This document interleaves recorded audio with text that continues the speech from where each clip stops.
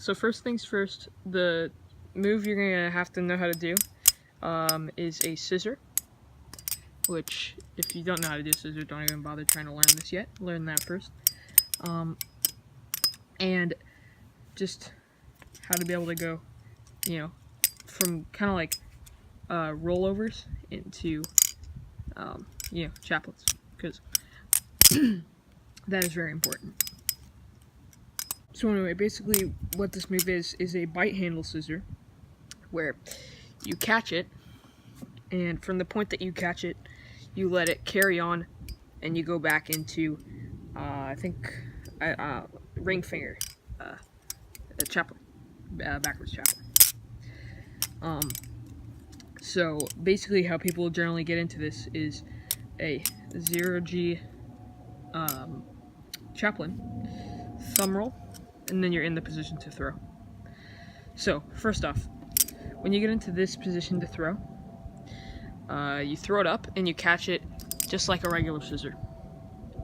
And from that point, you let the momentum carry on to your ring finger. And I'm going to get into third person really quick so I can show this better.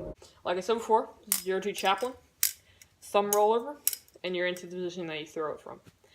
If you know how to scissor, this should be fine, which you should know how to scissor. And you catch it just like that with the throw from the bite handle. You aren't really in a risk of getting cut if you do this correctly.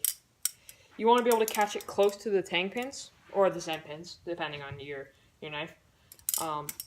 So you can actually do the rollover. Oops. And also getting your ring finger in. So from here you've caught it, but in one swooping motion kind of.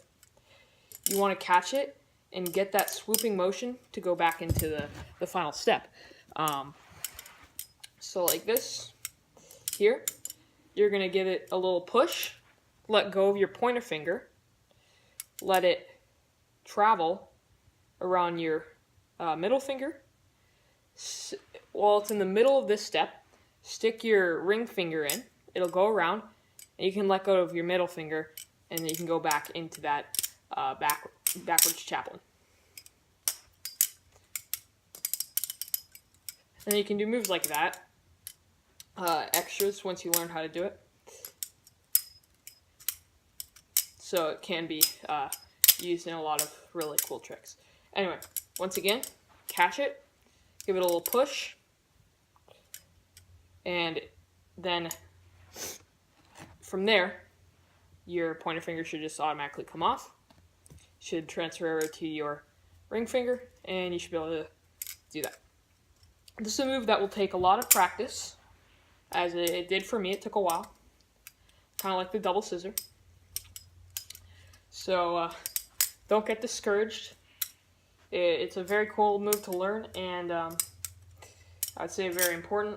It can make your combos look really cool, spice them up a little bit, and it's definitely worth to put that time in.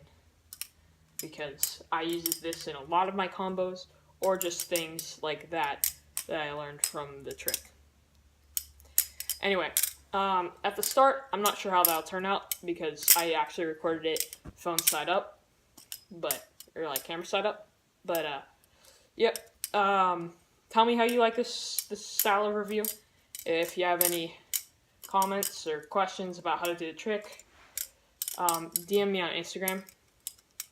Because I got a new phone, and for some reason, it doesn't show notifications of when people comment. So DM me on Instagram. That'll definitely be a place that I'll check, and I'll try to check this post as well. So yeah, practice all that good stuff, and I'll see y'all later. My Instagram is bally.hippo. I might leave it in the description if I remember. And yeah, I think we'll have a double scissor tutorial coming soon.